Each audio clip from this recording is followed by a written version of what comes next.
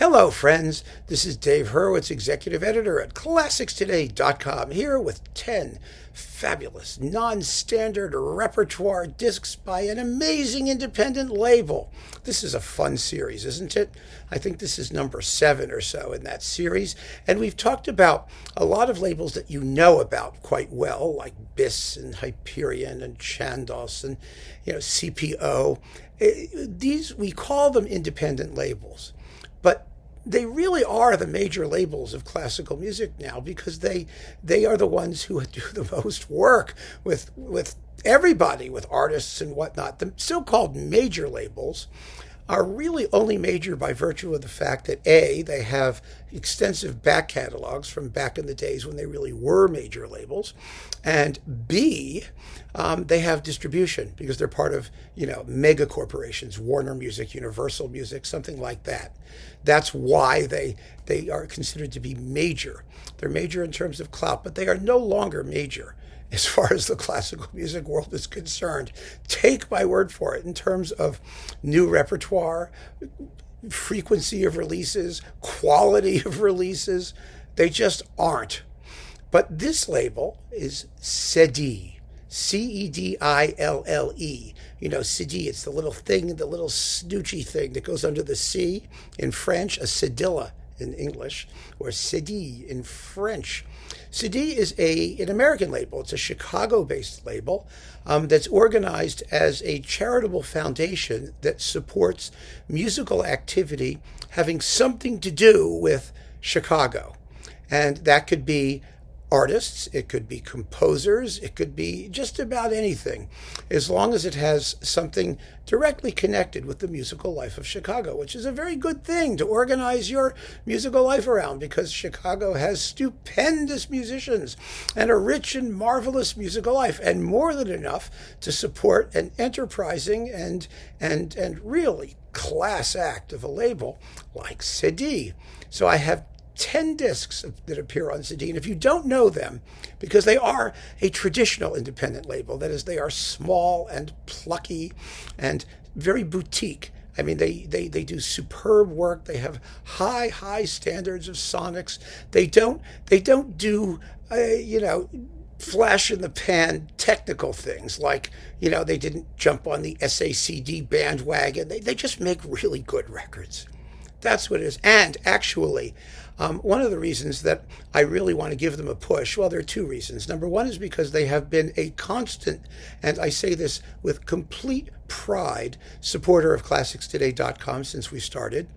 And I mean, with advertising and everything, they have understood the importance or the significance of what we do, and I am very, very grateful for that. And second of all, and they do it, by the way, without any kind of editorial interference. They just let us do our thing because they know they make good stuff, and that's that. And we like it or we don't. But it's really a very, very gratifying relationship that's extremely rare in this particular day and age. So that's one thing. And the second thing that I think really makes them stand out is that they do compilation or collection discs, and they do them so intelligently. They have the most beautifully put together recital albums and collection albums, but that makes them very hard to sell because people don't, you look for a composer, you look for an artist, but you don't look for collections with a title, at least in the classical music world so much. So a lot of the things that they do are really boutique items for serious music lovers. And so, I have a link to their website down below this video. And I urge you to go take a look because it's a very well-designed website and you can buy stuff there very easily. And, things are so difficult to get now. So I really do want to give them a push. They deserve it. And they've got a very extensive catalog. They've got several hundred productions of really top quality music and interesting music. So let's get right to it, shall we? Number 1 is Fred. And as always, by the way, the list is below here as well. Fred is Fred Rzewski. Rzewski of The People United Will Never Be Defeated. That Fred, who I've talked about quite a few times, one of the great 20th century composers. But people only know the people united will never be defeated. Here, on the other hand, is Fred, played by 8th Blackbird, the wonderful chamber ensemble. And you get this is a delightful piece here. The price of the disc, it's worth it to hear his pocket symphony. A tiny little symphony for tiny groups of people. Actually, it's 27 minutes long. It's not such a tiny symphony. It's for small forces. And you also get his Les Moutons de Panurge, sheep, get it? So there's the sheep. And then we have Coming Together in an arrangement for 8th Blackbird. This is an absolutely marvelous disc devoted to an absolutely marvelous contemporary composer who is much more than a one-shot wonder. So if you want to hear more of Fred, then you really ought to get this disc on Cedille, because Rzewski is really worth hearing. And this chamber, the pocket symphony, chamber symphony, pocket symphony, it's a pocket symphony. It's absolutely tremendous. So this is number one. I don't have everything here, but I do have some for show and tell, just to show you. And Fred is just, oh goodness, it's marvelous. After that, we have, I have another one here, I think, sitting around. Yeah, I do. Here it is in the pile. I've talked about this as well because this is just dynamite. Robert Kurka. Robert Kurka was an American composer who died of leukemia, I believe it was. He only lived to be about 36. His Second Symphony and other orchestral works. It is one of the great neoclassical masterpieces in the American symphonic tradition. It's phenomenally wonderful. An incredible piece. Everyone I know who's heard it has just said, oh my God, where has this been all my life?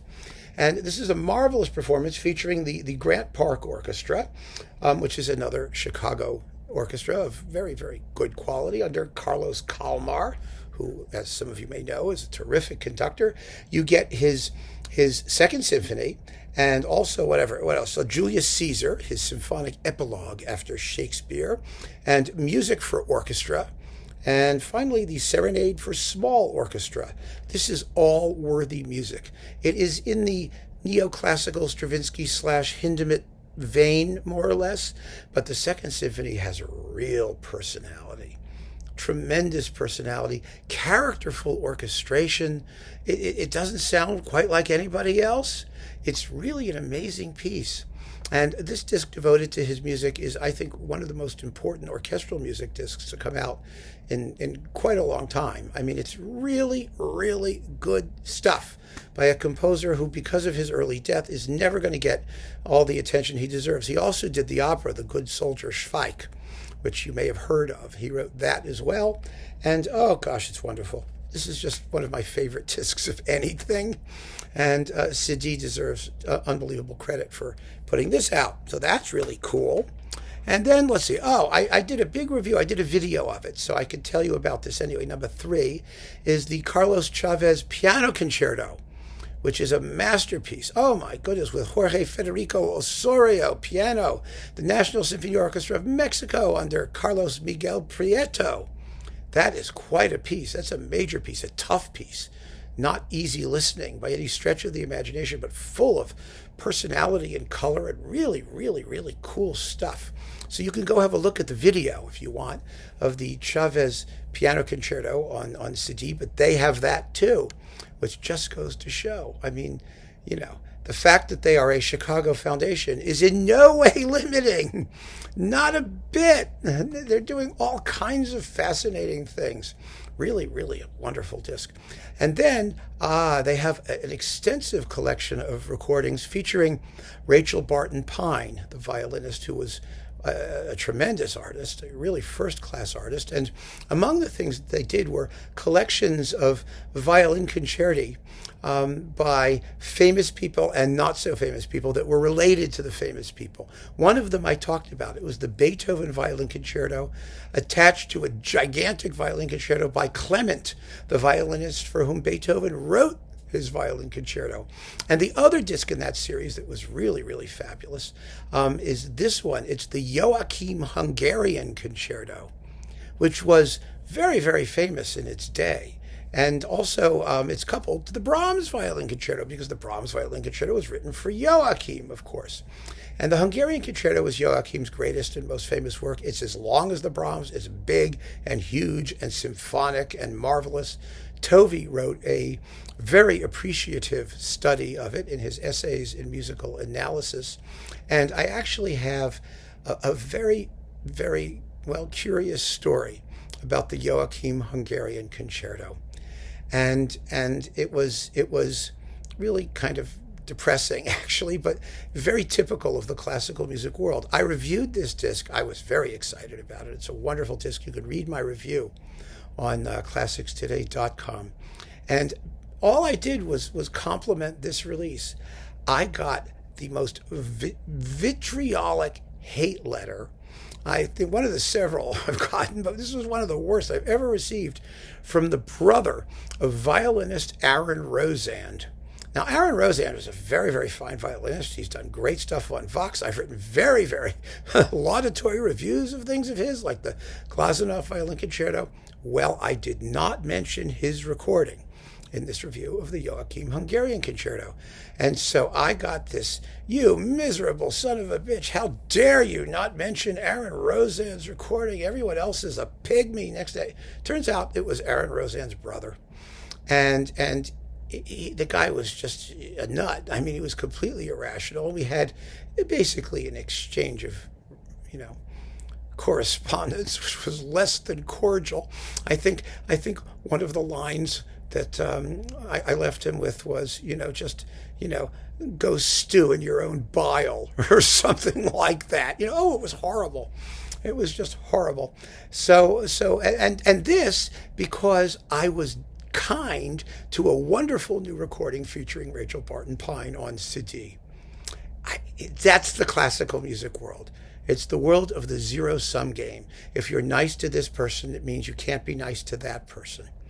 And that is just the most awful mentality I can imagine. It's horrifying, but you see it all the time. And in fact, all of the most nasty, awful comments that I have ever received have been for positive reviews, because they were not positive enough, or because they didn't trash the right person in being positive.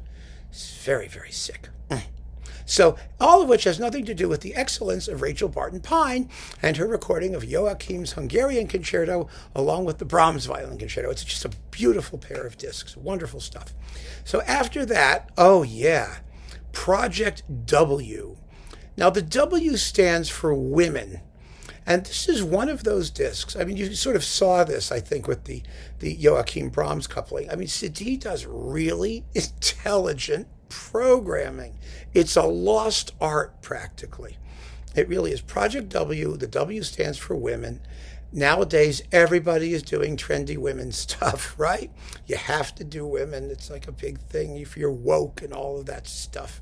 Well, this is music by a bunch of well-known and less well-known female composers, including Jennifer Higdon and Florence Price, and the other names which you won't know are Assad, Montgomery, and Ismail. And they're all very talented, and the music is very good, and you can check out the review on classicstoday.com. And it's just a wonderful collection. The pieces are well chosen. They are nicely contrasted. The disc makes excellent continuous listening. The performances by the Chicago Sinfonietta are terrific. I mean, there's nothing not to love. Absolutely nothing. And even though it's unfamiliar, it all just works. I mean, they didn't just do it because. They did it because it was good music and they were going to give it 100%. And that's so important when you're doing unfamiliar music. You've got to have first-class performances. You just do. You have to present the music in the best possible light if it's going to stand the best chance of breaking out of the, unknown ghetto of worthy but not listened to works. And Project W does that, and does it supremely well. So after that, we have, this was one of my all-time favorite records of like the past couple of years, Contemporary Harpsichord Concertos, featuring, who is this? Jory Vinikour, with the Chicago Philharmonic, not the Symphony, the Philharmonic under Scott Speck. These are wonderful, wonderful pieces. You get Walter Leigh's Concertino for harpsichord and strings, and Ned Rorem, his Concertino da Camera, which is delicious, and Victor Kalabis, this is the biggie, Concerto for harpsichord and strings. Now, Kalabis was the husband of the great Czech harpsichordist Zuzana Růžičková, and he wrote this piece for her, and she recorded it for Supraphon. That's available. This performance is in no way inferior. It is a stunning, deeply expressive work for harpsichord and strings that exploits every possible timbral and textural felicity of its respective ensembles. Oh, it's just marvelous. And then finally, Michael Nyman, his Concerto for amplified harpsichord and strings. Michael Nyman, you know, whoever he is, that guy. One of the great concerto discs of the past couple of years. It's just fantastic. So 20th century harpsichord concertos I recommend very strongly. I have talked about this before as well. It's marvelous. Absolutely marvelous. After that, well, here's a lovely disc of Baroque music. This also involves Rachel Barton Pine in the form of Trio Settecento. It's the complete Veracini Sonate Academiche. Yeah, whatever that is. You know, Veracini was one of those crazy Italian Baroque guys. He was famous for being absolutely off his rocker. As a violinist, he wrote extremely virtuosic music.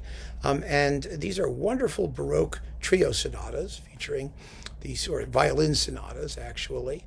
And they are quite splendid. It's a big set. It's big, beefy chunks of Baroque music. It's like all those Locatelli concertos and all that. You know that stuff.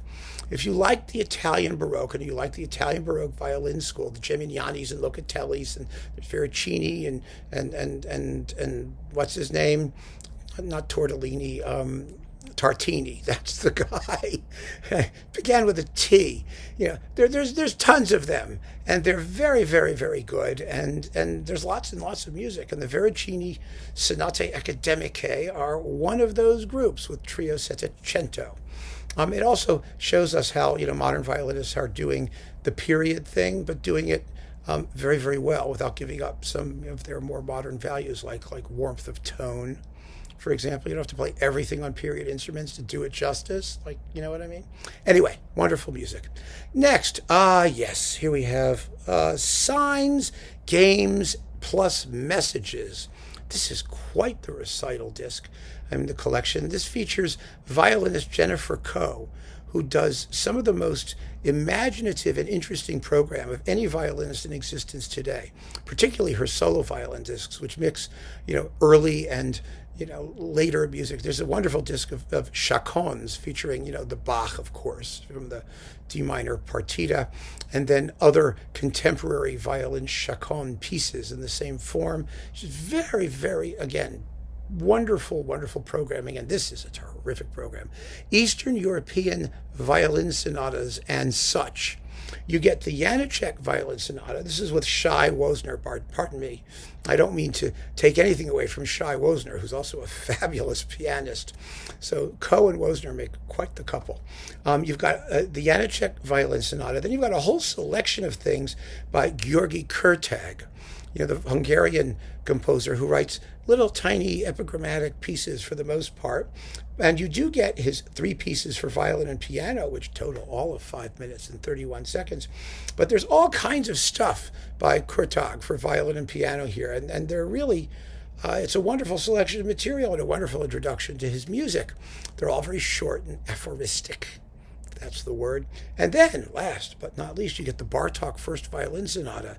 Nobody plays the Bartók First Violin Sonata, and it's 35 minutes long in 3 jumbo movements, 10 to 12 minutes each. It's a big, big piece of music, and it's almost never performed. So to have it here is really, in such a fabulous performance, is really great. This is just a terrific collection, intelligently organized, like I said, big pieces, little pieces, all from Eastern Europe, all, you know, related by that ethos or melos, if you want to call it that, or see if they are related at all. It doesn't matter. It's a great disc. So there you go. signs, games, and messages. And this is one of those collections that no one's going to pay any attention to. No one's going to figure it out because it's got a title. The title, frankly, doesn't tell us very much about what it is. And people tend to get Janicek with Janicek and Bartok with Bartok, and Kurtag is a modern music specialist guy. So to put them all together is really a wonderful opportunity to get to know some really, really good music and to get outside of your box, your comfort zone, and experiment a little bit in top quality interpretations. So there you go. Next, let's see, we're all the way up to number 9. Frank Ferko. Ferko's Stabat Mater. This features, let's see, who is it here? It's His Majesty's Clerks. His Majesty with an I, clerk with a K-E, it's ye old Englishy, whatever. Under Anne Hyder. Now, you probably have not heard of Ferko's Stabat Mater, but he is a master of choral music. And the Stabat Mater is really an impressive piece. It's a compound piece. It uses texts of the Stabat Mater and other things, all about, well, you know what the Stabat Mater is about, right? It's about sorrow and loss and mourning, and it's really a big series of motets, organized basically under the Stabat Mater title. And the performance is really first class. Oh, it's some great choral singing, marvelous recording. And if you're a choral music enthusiast, then you should know Ferko. And you should listen to that Stabat Mater. It's going to come as a huge surprise to you. It's one of those, where has this music been all my life kind of discs. Really, really fabulous. But I want to finish with a composer we've all heard of, or at least fairly well. We've heard of Janicek and Bartok and those people, but this is one that we really have heard of. It's the complete Mendelssohn string quartets, because not everything on Cedille is something you never heard of. They also have a wonderful series of the Shostakovich string quartets, also with the Pacifica Quartet. Now, this set of Mendelssohn quartets is my reference choice. I think it's the greatest set of Mendelssohn quartets out there, frankly, right now. It is beyond fabulous. The recordings are unbelievably stunning. And boy, do these guys play. Wow. It's the acme, yes, that word, of fine quartet playing. They listen to each other. Their intonation is impeccable. The balances are marvelous. But they don't make a fetish of how technically proficient they are. It's all subsumed into the flow of the music. And Mendelssohn's music is all about the flow of the music. It really is. Because Mendelssohn was gifted in many ways. And one way he was really gifted is keeping his music moving. And they do. And you don't want to fuss with it to the point where it starts to sound like it's treading water. These are tremendous performances. Incredibly passionate in the sixth quartet, written for the death of his sister, the one that, makes you want to just kill yourself. And the first two quartets, which are fabulously well integrated. Oh, it's just great music. Great, great music. So there you have it. 10 amazing CDs. CDs on Cedille. Yeah, I was saying that. 10 amazing CDs on CD. Yeah, the label. The label is Cedille. The product is CDs. The website is down below. Keep on listening, friends. Thanks for joining me. Take care.